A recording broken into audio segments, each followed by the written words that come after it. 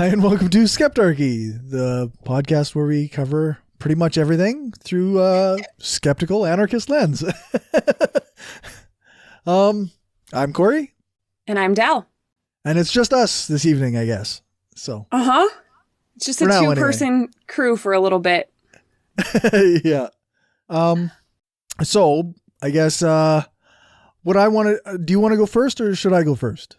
You go first. Okay. Let's see what we can get into with your topic, because mine is just sort of a dystopian hellscape. Well, mine's not much better. It's there's been a lot of stuff going on in the local city council. There was a big, it was like a 10-hour city council meeting with delegates from all across Canada where they were trying to discuss whether or not conversion therapy should be banned. It seems like an obvious yes to that. What I don't understand is so conversion therapy was being discussed politically because it was being discussed at the province level? Well, actually, it's being discussed. There's a bill federally banning conversion therapy. Yeah. So why? I don't understand why that means that municipalities need to talk about it. Because you see this sometimes, we're just I think Amy with a Y, their local government at one point decided to just pass a gun resolution for no reason. Or I've seen news stories where towns in Texas will be this is a sanctuary city for fetuses. Or right. Is it just a posturing thing? Well, it's on multiple levels. The reason the city of Regina was discussing conversion therapy is because on one level, they want to show support for a federal ban. So then they had to, as a city, they had to discuss it and decide whether or not the city can do it. Do you think that actually influences whether or not the federal ban passes? It will not. Absolutely. It will not affect it in any way. Particularly because the members of parliament that are from Saskatchewan, representing Saskatchewan in federal government, are in the opposition. They aren't members of the governing party. So we have all conservative members of parliament from Saskatchewan, and the Liberal Party is the one that is in charge. So it makes no difference. Would it be totally out of line if you just gave me a 2-minute Canadian civics lesson? I guess I can break it down a little bit. Yeah. Federally, we elect individuals who are supposed to represent our region. Whichever party has the most members elected in Parliament, which is our federal, I guess, place where they go, whichever party has the most members elected becomes the ruling party and gets to place their leader at the prime minister's seat. So do you have two houses? The US has the House and the Senate, and the UK has the House of Lords and the House of Commons. Do you have two? We do have a Senate. It is not an elected Senate. It is an appointed Senate. By who? Who are the ruling party? Yes, I see. Okay. As an American, you have a much more corrupt system and a much more corrupt two parties. So obviously this would get wildly out of hand. But in Canada, it's supposed to be the house of sober second thought is the idea. Where the members of the Senate, especially more recently, they are told they're not members of a caucus. They're not members of a party. They are all individuals who are supposed to vote on various things. They don't seem to have a whole lot of power generally. Do they have to come from geographical regions in any way? I assume they all kind of come from the ruling party, though, if the ruling party is appointing them, or does the ruling party go out of their way to It depends who's in charge. Okay. There is a tendency to try and be more balanced with it than to just assign the Liberal Party says, oh, well, everybody from my party that We always get to assign liberals as whenever there's a vacancy. Right. They're also like lifetime appointments. So there's no like term limit to it. If you are appointed to the Senate, you're just on the Senate forever until you step down or you die. Wow, that's so weird. And which is part of why I think they don't have a ton of power. Only certain issues actually reach that level for the vote. Most of the time it's a stamp. Like you don't have a senator. Like there's no like senator that specifically represents you. No, not that I'm aware of anyway. There are senators from various provinces, but there's none that are like the Saskatchewan senator, right? Got it. Okay. So you elect, what do you call them? Like your members of parliament? Yeah, we call them MPs, members of parliament. Okay. I was like, oh shit, did I just confuse this with British stuff? No, they're both MPs. Okay. They're both MPs. So do you just like elect 10 for Saskatchewan, or are there like little districts within Saskatchewan? Yeah, there's districts like ridings, we call them, within Saskatchewan where... What kind of word is that? What sort of old-timey British shit is a riding? Well, we're still part of the Commonwealth. We're still a... I don't think that's a word in the UK, though. I don't know. Yeah, no, it's they're called ridings. So that's like in Louisiana, they don't have counties; they only have parishes. Because of speaking French. So it's very confusing because I think a parish is part of the Catholic Church. Right. So yeah, no, it's just I don't know why they called it that, but a riding. How did I not? I feel like I should have heard that before, but okay, all right. So you have supposedly it's based on percentages of population and whatnot, but. Right, they try to keep them a little bit even as far as like each member of parliament represents approximately the same number of people in approximately a somewhat homogenous zone. Yeah. Like they'll try to make the congressional districts here like sometimes people say it's gerrymandered, but it actually looks that way because it's a smart district because they'll try to like wrap the suburbs. So that like the suburbs are kind of, you know what I mean? Rather than putting like a rectangle that's like big city, suburb, rural area where like you would have three groups of people with very, very diverse interests. Theoretically, you would try to like competing, have perhaps a couple city ones and then a suburb wrap and then a rural one on the outside. You know what I mean? So yeah, no, it's sort of like that. Like, although I should someday actually take a moment and like do some preparation so we can discuss this a little bit better. But okay, I just needed to know like the general structure. Okay, so you like basically like everyone from Saskatchewan that's a member of parliament was going to vote against the conversion therapy ban anyway. Yeah, the MPs here, that's the assumption. Okay, yeah, Kevin's coming on right away. Kevin just messaged us.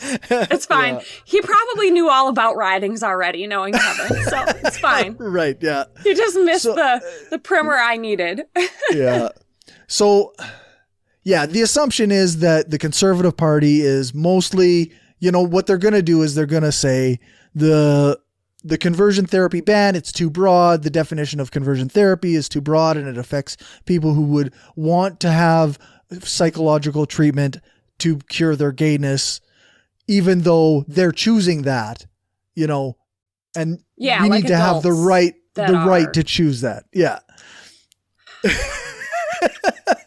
I mean, I kind of see the argument because like, the government doesn't need to be super deep into the medical decisions, but are the people actually offering this gay conversion therapy to adults actual medical professionals? Or are they just like, yeah. They are absolutely not. At the Regina City Council meeting, they had like a delegate who was a person who said that what they said was they don't perform conversion therapy. What they do is they counsel people who are interested in not acting on their same-sex attraction.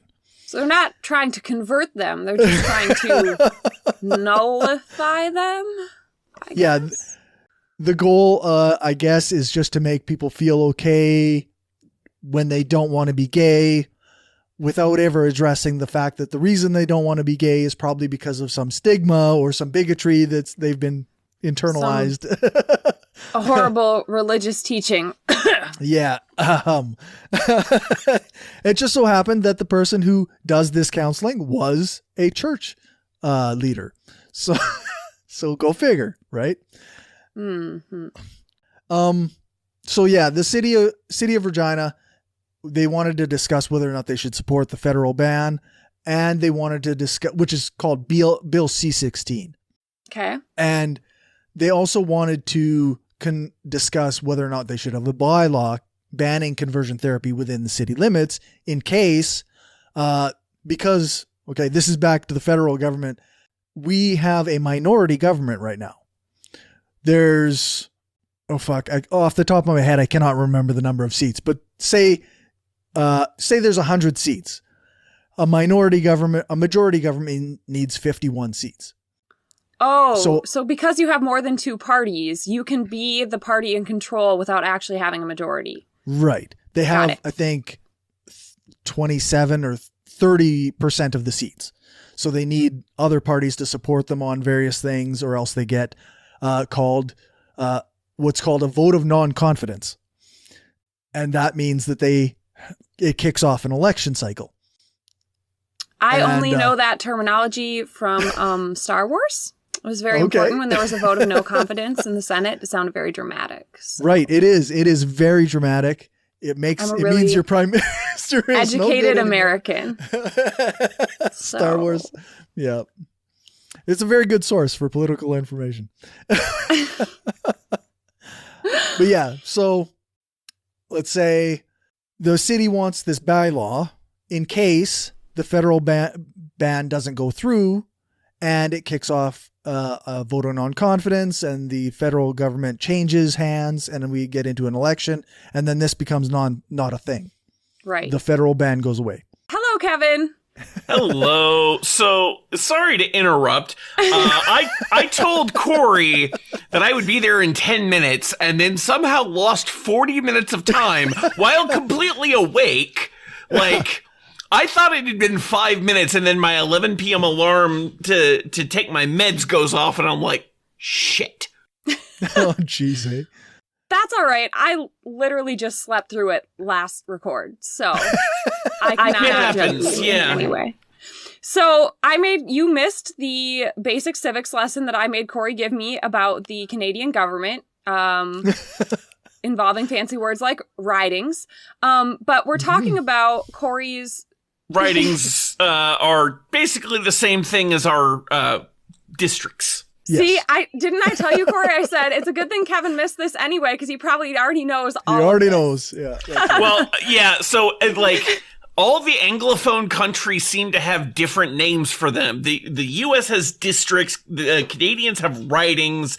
The UK has constituencies. So. I didn't even know the UK had constituencies, and I thought I understood the UK system pretty well from my 6 months living there. But every minister of parliament represents a specific constituency within the UK. Got it. So Cory was just telling us that federally there's a conversion therapy ban on the table. And so Regina local city council was deciding if they were going to enact a local ban. And here is my take on that. I'm just going to present this. I kind of hate it because I feel like constantly having these fights is so exhausting. That's and fair. Like at the hyper local level, it just like brings the fight so close to home. And like, it's kind of traumatic to like literally feel like the people that you're in the grocery store with, like, I know we all know living in a conservative area that, like, I'm queer and a lot of people around me probably don't like that. But, like, it's just, like, kind of a new level of traumatizing to literally listen to your neighbors argue about your humanity. And this particular city council meeting was 10 hours long because they allowed delegates from across the country. And so if you were interested in your city council and you're living in Regina, you had to listen to bigots spout misinformation for 10 hours about how you can cure gayness and you can do it with, oh, by the way, conversion therapy, the one I do, doesn't have electroshock and this and that and the other thing. And so like, and I don't know that it accomplishes much because even if I think it activates a lot of conservatives, like it activates them, you know, like when I was canvassing for the Democrats, like we talked a lot about like if you encounter someone that's already made up their mind to vote for Trump, just get out as quickly as you can because you're actually just going to motivate them to vote. So I feel like it sort of activates conservatives. It gives some of their narrative some power. And like, maybe it's because I live in a rural area, but like, unless you're in a pretty good sized city, like a New York City or something, I don't know that this local ban is going to help that much, even if it passes. And it's going to activate like a lot of bigots. And I think it's going to push away some centrists too, because it's going to feel like so overbearing because this kind of thing isn't generally what we think of city councils spending a lot of time doing. Yep. So I'm just kind of like, I feel like it's a bad idea all around. And I don't know. I mean, I'm like, if anybody else has different takes and I'm, you know, Kevin probably does, but like anybody listening too, like if you are a queer person and this kind of argument at your local city council, like you're happy to see it, like tell me why. I'm open to hearing it.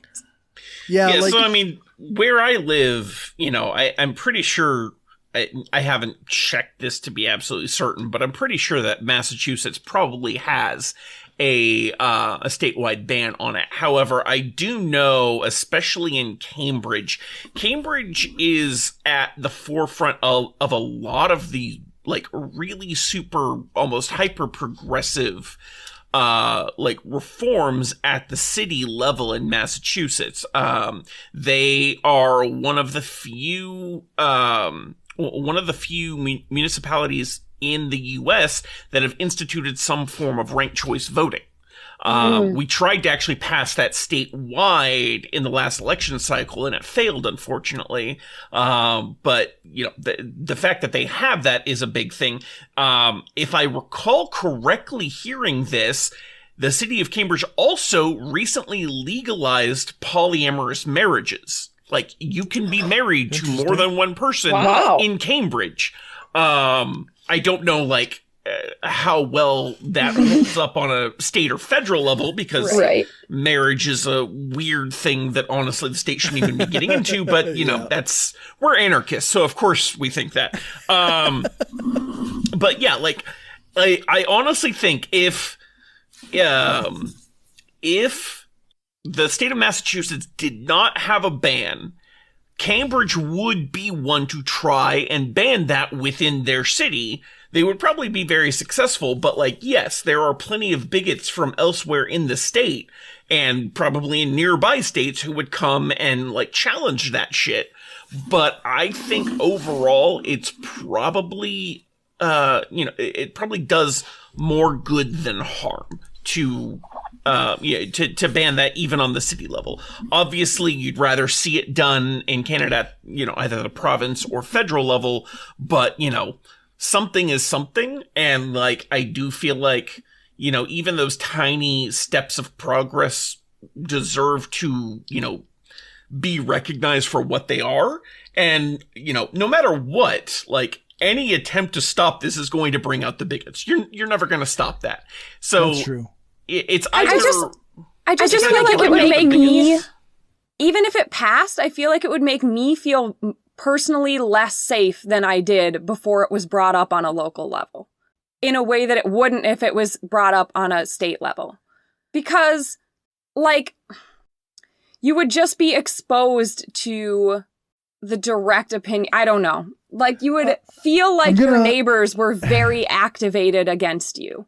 In a way that if it's at the state level, there might be some whining and stuff. But being one of the few queer people in your town would make it feel like they would personally blame you. So I can definitely see that in the context of like a town where being queer is a lot less common. With somewhere like Cambridge, where like queerness is absolutely accepted on just about every level, you know, that's not so much of an issue. I can see it being more of a problem when there is less acceptance among the among the people in that area. So I do see where you're coming from there. Yeah, and I get what you're saying about the role. Sorry, Cory. I get what you're saying about the role of like, and I've seen this too, like Minneapolis has done this in a number of situations. The ranked choice voting, they've done $15 an hour minimum wage. They've done mandatory sick leave, right? Mandatory paid sick leave. Like, I totally get the role of cities in like passing some of these uber progressive things to sort of like lead the way. It's more like, I think what's bothering me more is like, there's a federal bill. Everybody put your energy into supporting the federal bill. Like, don't do this like reactive thing where, you know what I'm saying? Because it feels like it's not helping, and it's. I think that's a little bit what I'm reacting to too. Like, because it's not about like, hey, nobody's doing anything about this. Let's make it a little better, at least in our corner of the world. It's like, no, we have the chance to do something about this for everyone. So let's put our energy there instead of like at the same time trying to take that fight to our local city council. So for me, that's going to largely depend on what the climate on the federal level is, because just because a bill exists does not mean that it's going to get anywhere close to even coming up for a vote, much less passing. So like, if there is a chance that the bill could succeed with enough pressure, absolutely, I agree. But there are going to be a lot of cases, like, you know how many times a Medicare for All like bill has been introduced into the U.S. Congress every session for the last decade at least. You know, it doesn't mean it's any closer to getting there. Submitting a bill is just the first step, and usually it is the last step for like most bills that get, you know, put through Congress. Right. So, you know, if it is supported by, you know, the leadership, which, you know, in this case, I believe would be the Liberal Party of Canada, you know, then absolutely. But, you know, Alberta is, to my knowledge, a conservative controlled province. And therefore, like, you know, if there's nothing on the federal level that looks like it's going to pass, because quite frankly, I don't know what the liberals think about this. They're the goddamn liberals. Well, yeah, Cory, what is the state of the federal bill? Well, it sounds like it's pretty likely. It was actually written by the federal liberals. So all it needs to pass is support from the Greens or the NDP or the Bloc Québécois. Yeah, and honestly, I would be very surprised if the NDP did not support this, because they're the goddamn NDP. So, you know. They are our most left party that has any chance at power. With the most representation, so. Yeah. So, like, it sounds to me like, yes, this is probably going to pass. And in that case, then I would agree with you, you know, let the federal do its thing. You know, when it looks like it's going to do that, don't chance stirring up all of the. So there's a comment from my friend David Richards, who is a member of the Queen City Pride community. He says the nationwide ban is in the works. However, because we have a minority government federally, there is a not small chance that Parliament will dissolve before the nationwide ban can be passed. Bylaws can also be acted on much quicker than criminal code infractions can be enforced. If someone violates the national ban, the authorities need to provide enough evidence that the ban has been violated to enforce a criminal code conviction. With a bylaw, however, a bylaw officer can almost immediately suspend zoning and business practices and implement fines. Okay. All right. That's fair. Point.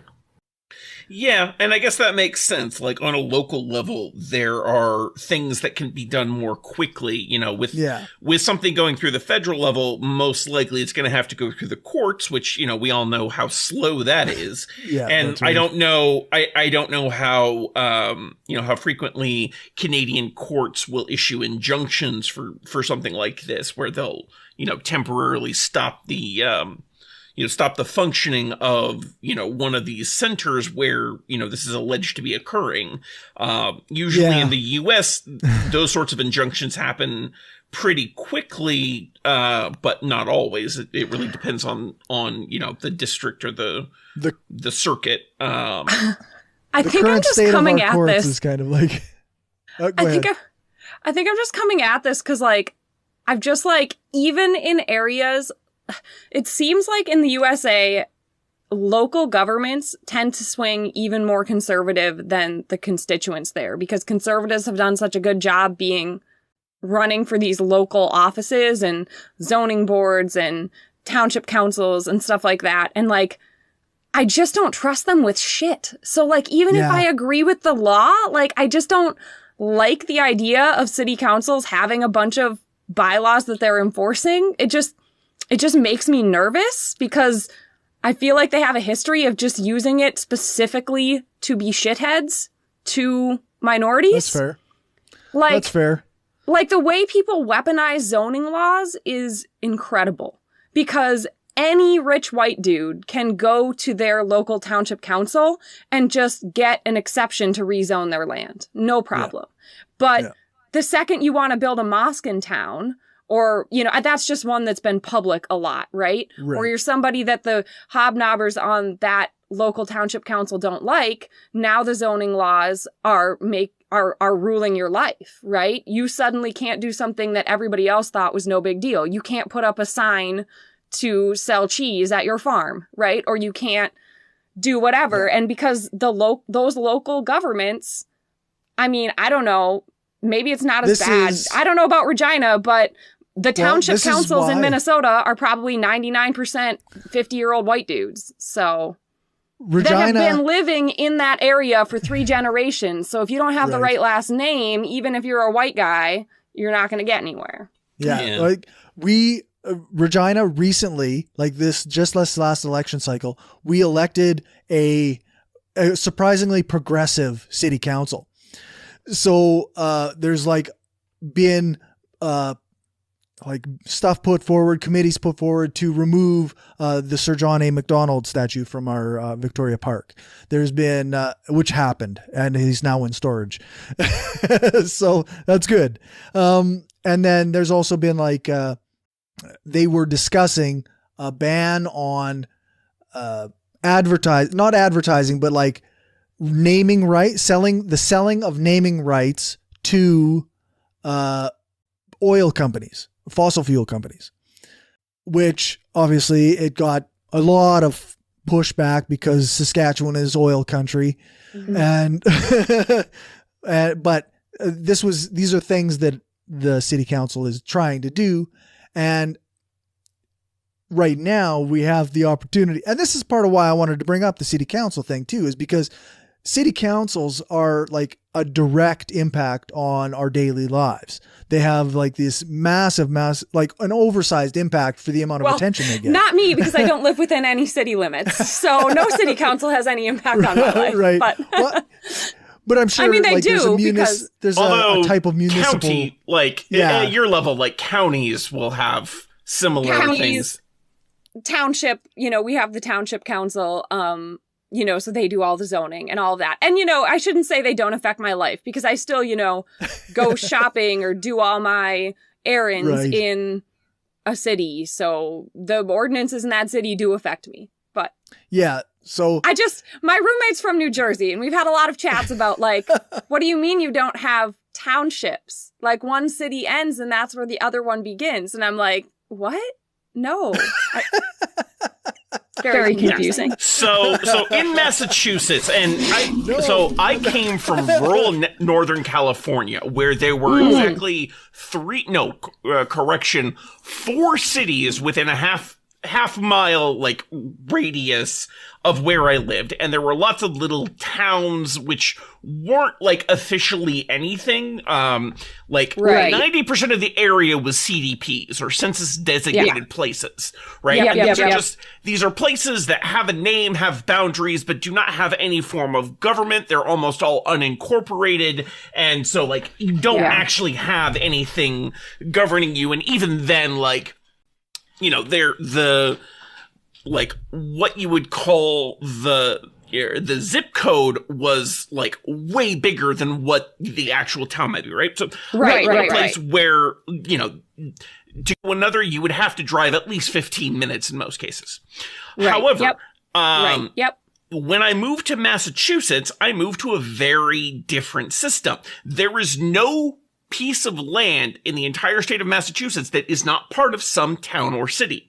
Now, interestingly, and this is kind of the point I'm getting to, there is a very interesting difference between towns and cities in Massachusetts. It's a legal difference. And that is, cities have city councils, towns have town meetings. So a city council is an elected group of people, usually 5 to 7, among whom one of them is elected mayor. A town meeting does not have a mayor. They have, the closest thing would be a town manager, but that is someone who is hired by the town meeting. The town meeting is made up of a number of representatives from the various districts of the town, usually serving between 1 and 3 year terms. It's an odd system, but effectively each individual district elects their own set of town representatives to go to this town meeting, which is something that's generally held yearly, although there will be special town meetings from time to time, and like anyone can go to them. And so it's a much more distributed system, and that's one of the reasons I like it, because, you know, there are the typical, you know, day-to-day, management things that the town, so it's kind of like having an executive and a legislative. In cities, it's kind of like those two things are combined, because the mayor is part of the city council. And so it's a little bit like it's a little bit more like a parliamentary system where, you know, the head of the body also serves as the executive. Whereas in a town system, you have the town meeting, which is made up of usually hundreds of different people from all around the town. And then they hire the town manager, who has no real authority other than basically carry out what the town meeting has decided. Huh, that's fascinating. Yeah, in Minnesota, everything is a city. 50 people, it's a city. 500 people, it's a city. 1 million people, it's a city. Like, that is there's townships, which are just like a 10 by 10.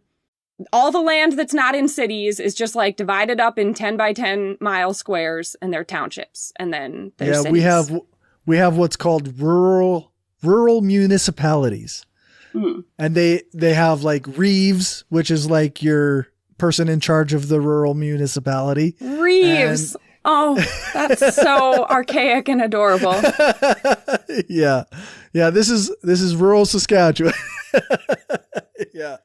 And most of the towns have their own town. Like, they have the same system as the cities, just on a smaller scale. You know that Reeves is where the word sheriff comes from, right? I was not aware. Yeah. The Shire Reeve is the sheriff. Oh, interesting. Oh. Mm-hmm. Thank you, History of English podcast. Nice. And that's why, like, sheriffs, the Shire Reeve is the sheriff. Yep. Okay. That's the only reason I've heard the word reeve. Yeah, I had no idea. I never even thought to look at the etymology for the word sheriff. When I was a kid, my dad had a button. It said Ola for Reeve. And Ola was the last name of the guy who was running for Reeve. And so I had all these buttons for Ola for Reeve. And I didn't know what they meant until I asked my dad like 5 years later. Yeah, and that's why we, like, our sheriffs, even though they're police, are elected, because they were the reeves. That's what a sheriff is. It's the reeve of your county or whatever it is, right? So shire. Yes, the exactly. Interesting thing. It is the reeve of your shire, and that's why it's a sheriff, even though it's now evolved into being a cop instead of like a mayor. Right. Yeah. So that's why they're elected, even though they're law enforcement. Yeah, and just for clarity, a shire is essentially the UK or the British term for a county. We get county from Ireland because they have counties in Ireland, but in Britain, or in not Britain, England specifically, they have shires. So like you'll have the city of Leicester, but then you'll have Leicestershire or Leicestershire, which is the greater area around Leicester. Same with Worcester and Worcestershire, or, well, they're... Ayrshire is in Scotland, but my breed of cows are called Ayrshires because they're from Ayrshire, Scotland, which is the area surrounding the city of Ayr, A-Y-R. Yeah, although I think in Scotland, they also have boroughs, so, I'm not sure. Yes, okay. I think Ayrshire that's right, is in southern Scotland, so it's entirely possible that in the Highlands they do things a bit differently. Yeah, so they have well, I'm trying to think here because they do have a number of different things going on there. But I'm thinking of Edinburgh, and there are a couple others that are not coming to mind right now. So Edinburgh is obviously just its own city, but I think there is, that's, I believe, where we get the term borough from. Right. Could be. So boroughs of London and New York, I think. Right. I don't know for sure. But, the London system of cities is absolutely wild because it's actually 8 different cities all combined into one. Okay. It's kind of like a little EU, but for cities, right? So you have each borough is technically its own city with its own government, or I believe they call them councils. But then there is the Metro London, which also has its own government set up. It's very weird. And so each of them have different responsibilities. I was watching a weird, I think it was by the Matmen, who are a couple of, British guys who do, these videos on the history of, various geographic features. And so they did one on the boroughs where, they were going over specifically how recycling laws work among the different boroughs. This is the most esoteric topic I've ever heard of. I love it. Right? I love it. So it used to be that the city of London, or not the city of London, because that's actually a separate thing entirely, but the London Metro government would handle all of the refuse stuff, right? All of the garbage, the recycling. So everything was uniform. But then for whatever reason, they decided to split that up and give that power to each of the boroughs. And so now your recycling laws will be different borough to borough and what is and is not recyclable. And it's a gigantic mess from what I understand. And the same is true of a lot of housing stuff and all sorts of different things. So it's a weird and intricate system. And I both love and hate it because of that. But yeah, it's the things I find on YouTube and then that stick in my head are wild. So, Cory, is there anything else that you want to wrap up on that? We've gotten very far afield. We have got a little far afield. I kind of just wanted to touch on the importance of small local governments because in the United States, you have a lot of people who are QAnon supporters and COVID deniers who are on city councils in various places, and it's a very big problem.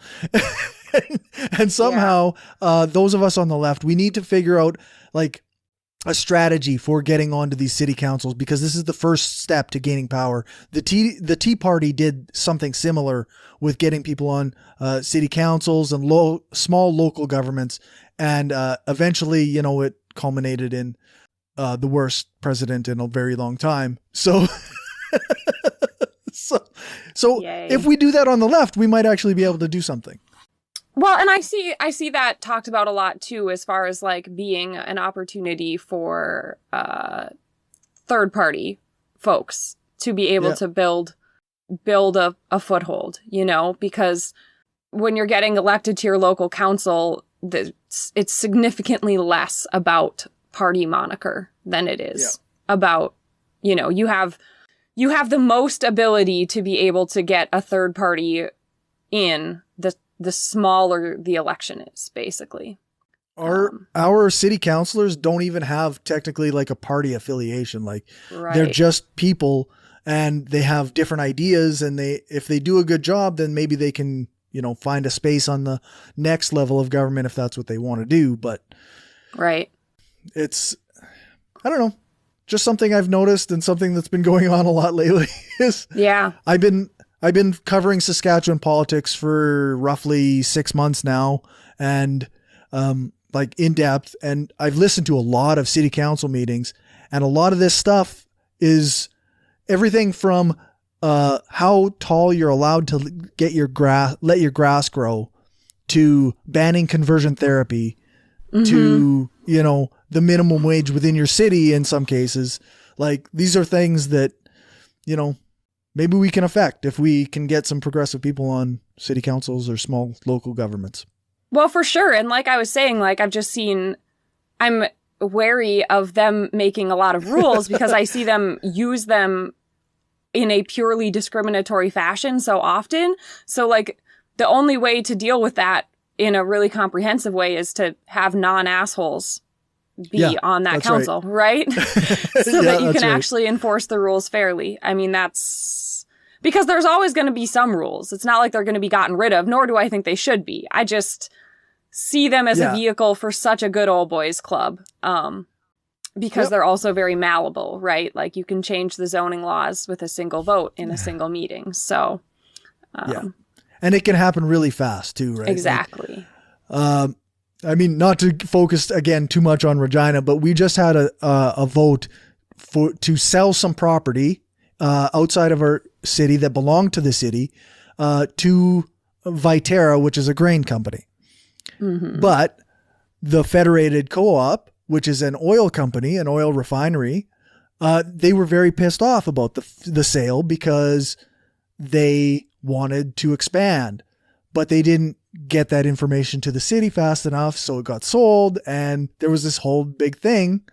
So city council actually limited this Federated Co-op refinery from expanding by selling the land to somebody else. And this is the kind of thing that city councils do. Right. So, right. Yeah. My co-op where I sell my milk has had some trouble because their cheese factory is in downtown Rochester. Just because that's how the city happened. It's a very old facility. The city grew there. And it's like incredibly expensive to build a new factory somewhere else. So it's not really something my cooperative wants to do.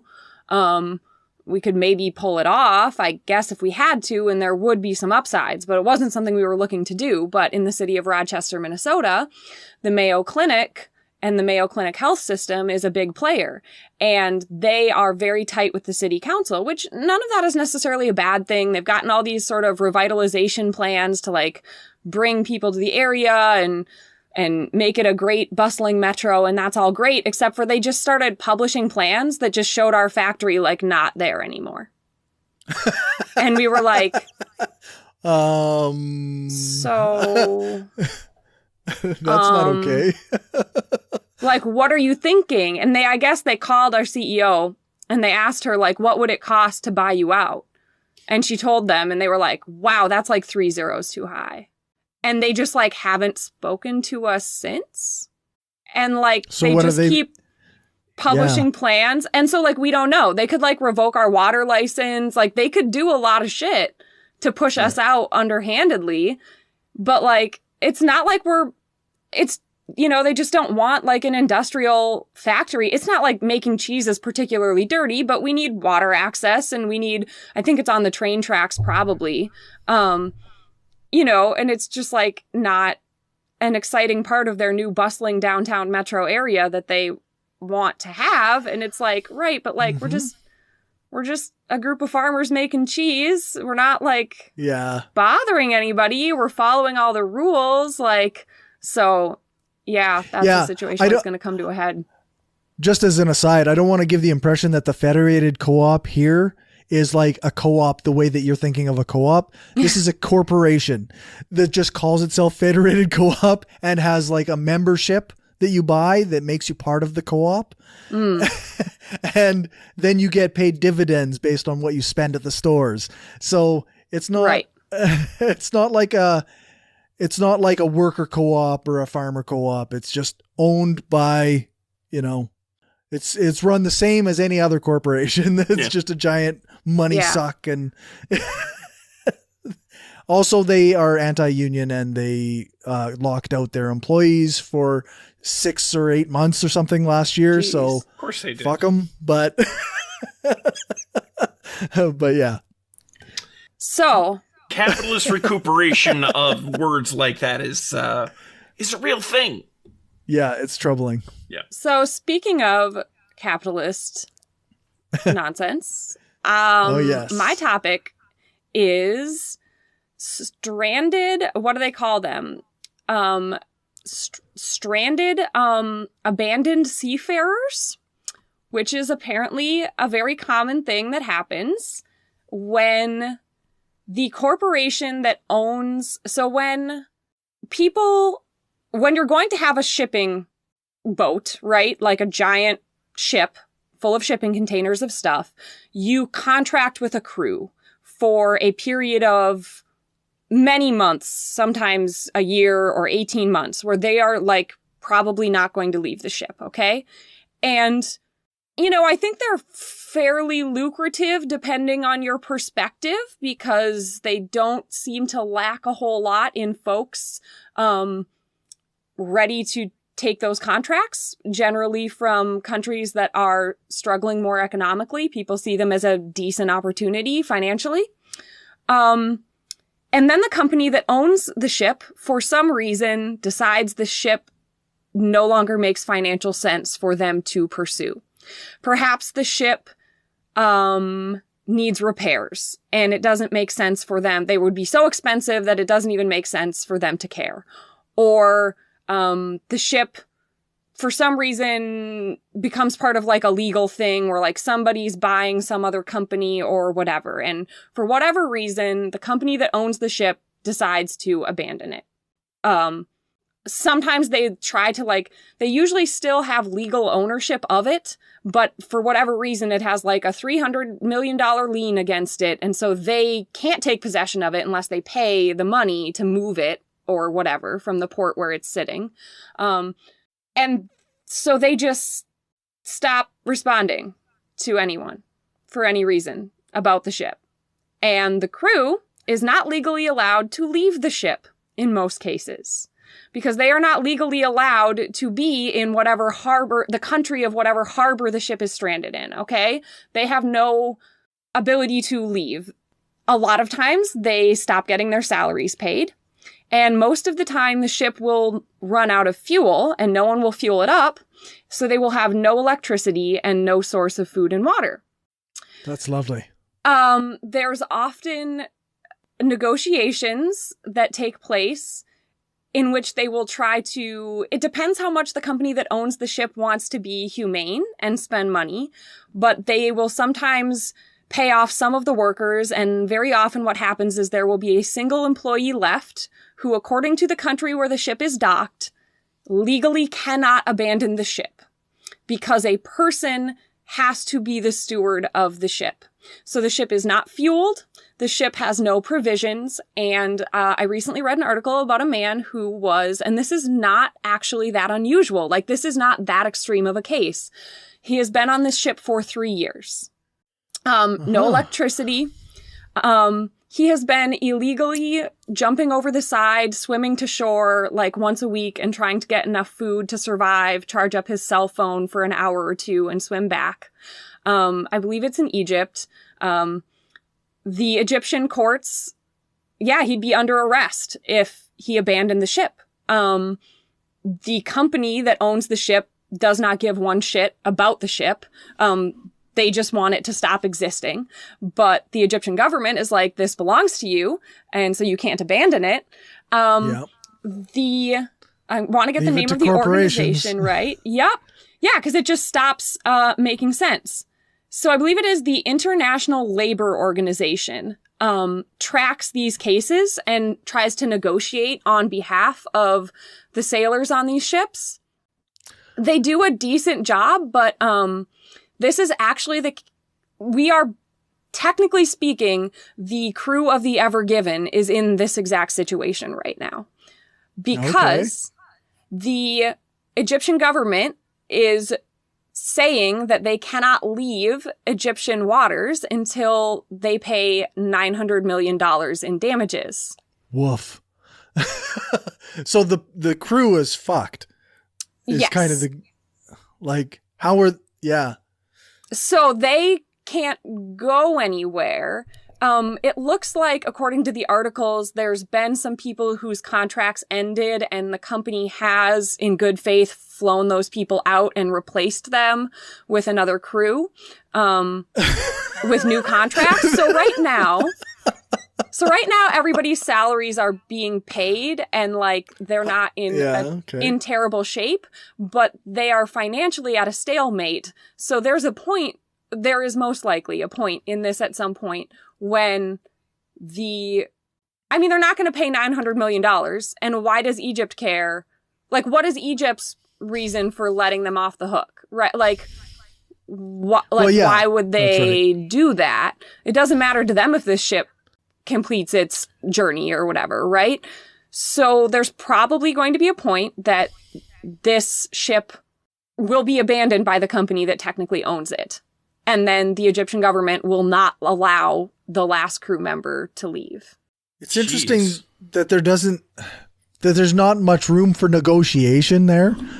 Like nobody's willing to compromise and be like, okay, well, we'll pay you $100 million or whatever, like it's gotta be, the company's not going to offer anything and the government wants 900 million. So there's no middle ground there. It's 0 or 900 million. And there's this crew that's stuck in the middle there. So this will happen, like, the reason that the Ever Given got so much attention is because it was blocking the canal, right? It went aground and it was blocking the canal. A lot of these cases are cases where the ship runs aground. And as we saw, it was a very expensive operation to unstick the ship. So depending on what's going on with the ship, if it runs aground in a place where it's not bothering anybody, it's very likely the company will just say fuck it and walk away. Because financially, they don't want to mess with it. Or you will be inspected in a port and not allowed to leave until you make a certain amount of repairs. And the company will say, yeah, that ship's not worth that to us. Or the company is truly undergoing some sort of bankruptcy problem, right? Like the company goes bankrupt. They don't exist. They don't have the money. Or they get bought and the new company decides that those are assets they don't have any investment in freeing. The problem is that the countries where these ships exist won't let you abandon a ship. So these people are, it's almost like a stateless person situation, It's interesting. Terrifying capitalist dystopia. It's fucked up that there's no mechanism to hold these companies accountable, but instead they hold the individuals who are on the ship accountable for things they have no control over. Nope. I can't believe there's not more of these people that just I would just I know, I'm sure it's difficult, but this guy has been there without electricity for 3 years and he's been able to jump over the side and go get provisions, even though that's technically illegal. Right. And charge his cell phone, you said. So maybe he could call the media somewhere, get a story going here so that people know. Make a Twitter account, post weekly updates of being stranded on the ship.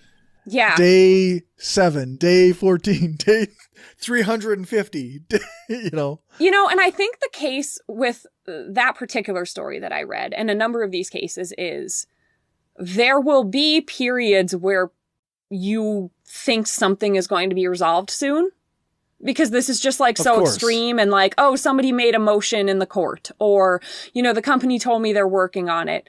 And then there'll be a period where you just can't get a hold of anyone. And so you're just constantly in this state of what do you even say about it? Because it's still unresolved and, something's going to happen soon. And, you never know, when people just don't respond to you or there's a hearing in 2 months, you're okay, what do I have, what am I going to say? Right? They're working on it. What else can they do? They're working on it or they won't take my calls. I guess you know, I don't know. And it's just like these people probably know that like they're talking about hundreds of millions of dollars compared to just flying them home. And these companies don't.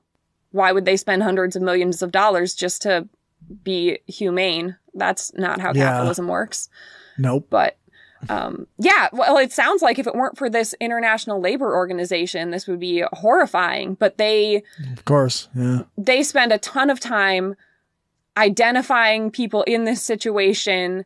And then what happens is they'll figure out the nationalities of the crew members, and they will go to the countries that those people belong to. And they'll be like, 20 of these people are Indian government.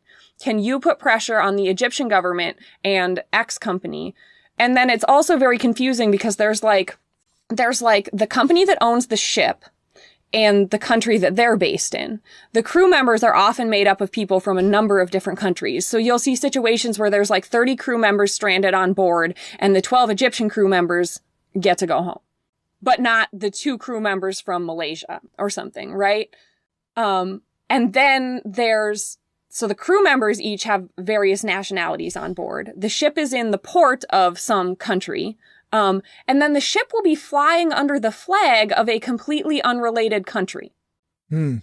Which I don't know if it's like a tax thing, like a business entity thing. So like I was reading about one that was a ship flying under the flag of Panama, stuck in a Romanian port, owned by an Indian company, and then like the people on board were like 4 different nationalities. And so of course the just ILO to make it more complicated. Yeah, the ILO just goes and then sometimes like it'll just like switch. Like suddenly the ship will be flying under the flag of a totally different country for whatever reason. I don't know why exactly. It's like, it was actually really hard for me. I tried to figure out some more like concrete details about like exact situations of what happens, but it sounds like it can be a number of different reasons. Like the one in the Romanian port was like the port authority told them they couldn't leave port until they made certain repairs to the ship because it wasn't seaworthy and they're not going to make the repairs. The guy that was on board for 3 years, the ship had run aground and nobody wanted to pay to get it out and fix it up. So like, it's just a whole bunch of different reasons, but like, when it tips the capitalist scale where it's no longer worth it, basically when you would say be underwater on your home loan and you might decide to just default on a loan, right? It's that type of thing, except for like, you're trapping a human being on a ship. What the fuck is wrong with you? Or many human beings in a lot of cases. Yeah. So yeah, that is just like a terrifying thing that is just so awful and so dystopian. And I can't believe it's being allowed to happen. But of course it is, right? It also completely fits with the way the world works. It's just so awful. It is. That is awful. I wish there was something, I wish there was something that a person could think of and say or do right, that would help that, but I don't think there is. It's just so bad. There's too many moving parts. Yeah, there's so many moving parts. And like, you know, of all the cases I read, like none of them involved companies headquartered in the United States or sailors from the United States. And I don't know if that's a function of like, or Canada for that matter. And I don't know if that's a function of some governments working hard to make sure their citizens don't get stranded in that position. And I don't know if that would happen.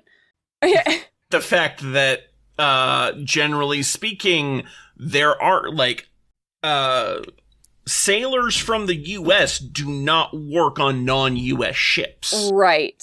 And that's what I was thinking, is it might just be demographic related. You know, like the ships in this situation just don't employ people from as far as the ships flying under certain flag situation, like that is, I think, largely due to certain port restrictions. So like Panama, because it's such a heavily traversed canal, ends up with a lot of ships flying under its flag because not only it's easier to get through said canal, but also most other countries with ports have laws that like are friendly to ships flying under the Panama flag.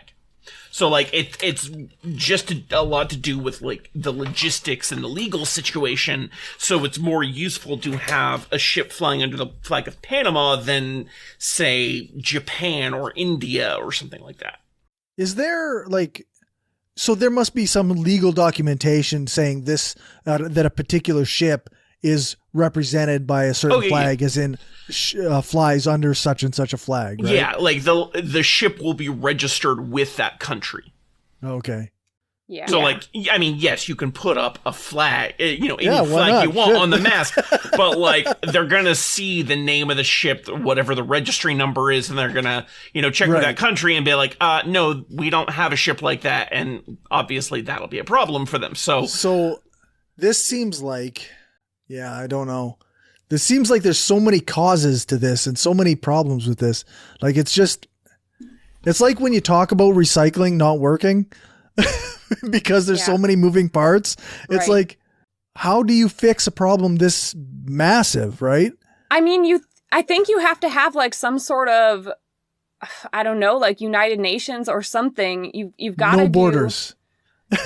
You have to in some way.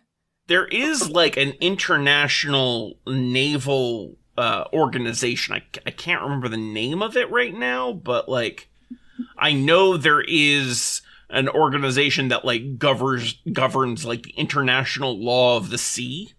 Well, yeah, so there should be some enforceable way to say if you own a ship, you're responsible. It's kind of like owning a dog. Like, I can't just let my dog run free, regardless of if I decide that I don't want to take care of my dog anymore. I'm still responsible for my dog in the world. Like, some enforceable rule that you can't abandon human people. Right. But like that you can't, but just for like, important. pollution reasons and stuff. Like if this ship belongs to you, even if it breaks and you would have to pay $10 million to get it home, you have to get it home. That is your responsibility to take all the way to disposal. And that is not something that you as a company or you as a country or whatever you need to do can avoid. Like, you have to take care of it. You can't default on your ship's existence. Yeah. Yep. But I don't know. I don't do maritime law, so I don't know how to make that happen. So just get all the countries to agree to this enforceable law. Right. And then enforce it. Yeah. That's right. Yeah. Yeah, but and then hope that America follows through. Yeah, doesn't it just remind you of like so many dystopian like yeah, that's terrible. Yeah, just awful. I can't believe that exists in the world. And it generally seems to be they call them abandoned at sea. Like, that's the terminology that brings up there was a rash of articles early in the pandemic because, technically speaking, several 100,000 sailors were in that position during early COVID lockdowns. So there was like some articles about that do mention that it's like a known thing that happens in certain scenarios.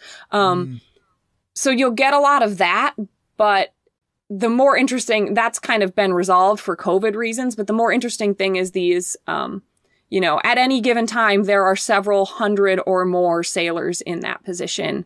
And usually they don't even get on ILO's radar unless they've been in that position for at least a few months. So that's a thing I learned about in the last few weeks that I felt that more people in the world should know exists. I think that's a good thing, or a good thing that you told us, anyway. And I'm gonna the more people that know, the better. My company is involved in a lot of international shipping with these big cargo ships, and I'm definitely going to keep it in mind for if I ever meet in the lunchroom anyone that's actually involved in this side of the business.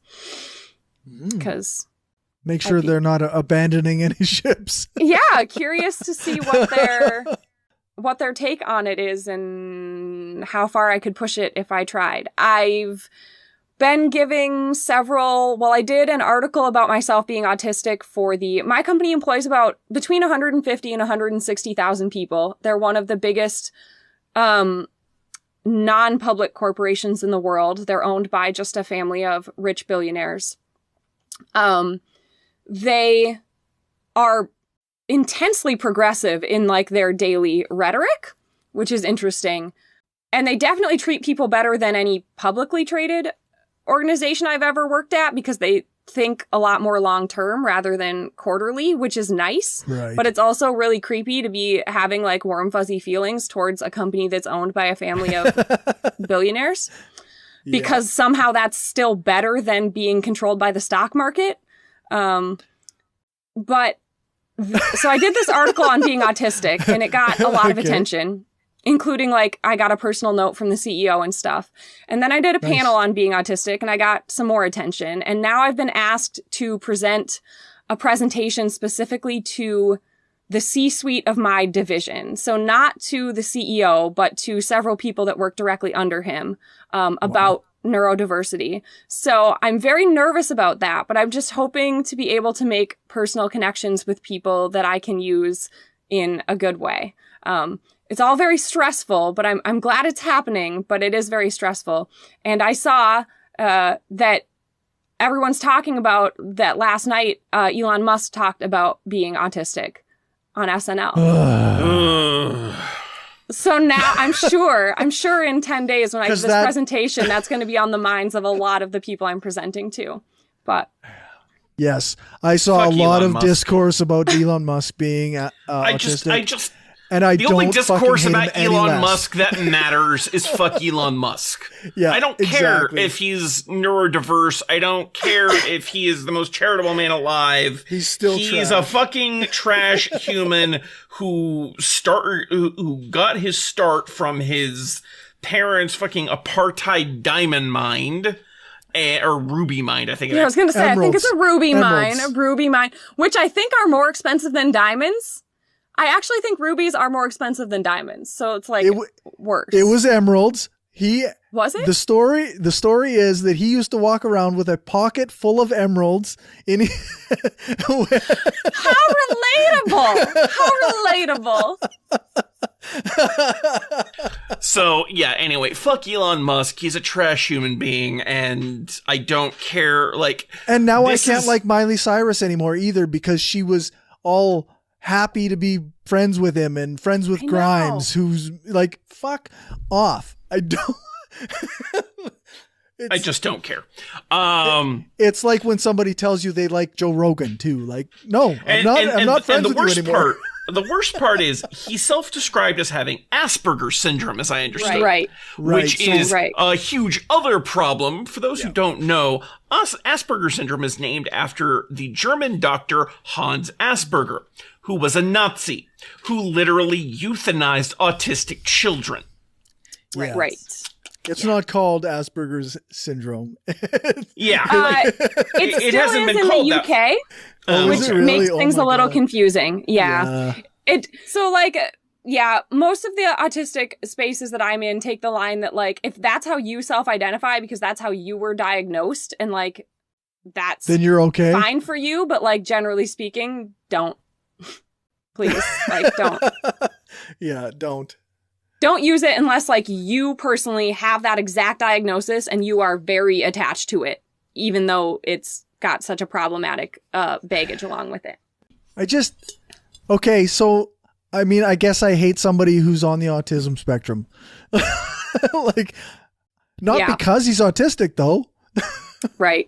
It's like, you can hate Caitlyn Jenner all you want. Just don't misgender her or misname her or... say anything about her being trans, because that's not why we hate her. Don't be a transphobe. Hate her for being a trash human being. Equal opportunity trash human beings. Yep. So, I have a cool little science thing that I just discovered, and I wanted to share. It's actually from last week that this came, but it still sounds really cool. So... the first genetically modified mosquitoes are going to be released in the United States. I'm pumped. Yeah. right? So this is Fuck mosquitoes. I actually hate them more than I hate Elon Musk. Fair. So the company Oxitec has previously run trials in a few other countries, among them Brazil, Panama, Cayman Islands, and Malaysia. So the short version of this is that they have genetically engineered a bunch of mosquito eggs. These eggs will slowly hatch over a period of weeks and release genetically engineered male mosquitoes. Now, if you know anything about mosquitoes, you know mosquitoes are only female mosquitoes bite because they use the blood to lay their eggs. So they're not releasing the types of mosquitoes that will bite you. However, the genetic modification of these males is that when they reproduce with a female, it has in their code, in their genetic code, something that will essentially destroy the female eggs early on in their development, but will allow the males to survive. The males then become carriers of this genetic mutation, and so it carries on and on and on. And so the idea is to get these mosquitoes to breed with as many female mosquitoes as possible, in order to essentially eliminate or at least massively reduce the population of those mosquitoes. Now, one thing to note is this is only for one species of mosquito, the Aedes aegypti mosquito, which is the one that carries diseases like Zika, dengue, chikungunya, and yellow fever. Yeah, which is why it won't destroy the ecology, right? Exactly. And like these are only about 4%. So they're doing this down in the Florida Keys. This specific species of mosquito only constitutes about 4% of the total mosquito population of that area, but they are considered to be responsible for nearly 100% of all mosquito-borne illnesses. Oh, wow. I didn't know it was that distinct. No brainer. I didn't realize it either. So yeah, so they're going to be releasing this first round. They have some boxes that they put in 6 different locations around the Keys, and essentially what they do, the boxes are just full of eggs that will hatch about 12,000 males a week for the next 12 weeks. This apparently started, they have already placed it. The first ones are expected to hatch basically within the next maybe week or so. It says within the first 2 weeks of May. So most of them have probably already started to emerge. So essentially they're doing this as a field trial right now. This is not meant to be like a big thing. They're collecting data on the overall effect of these of this mosquito release. Now, one thing I do remember reading, I think it was about the Brazil trial, is that nature does what it did what it does and adapts, right? Mm-hmm. And so they did eventually, as I recall, end up finding female mosquitoes that had the genetic code and therefore should have not made it to hatching, but adapted a way out of it. So, this is something where they have to start small, look at the kind of adaptations that come about because of this, and tweak the genetic modifications. But then they're planning to do a second phase to collect more data, which will release about 20 million mosquitoes over the course of 16 weeks. So yeah, this is really interesting because, like Dell said, these are mosquitoes which are predominantly responsible as vectors for these various deadly diseases. And so we need, they are a relatively small population of overall mosquitoes, so you don't ruin the ecology.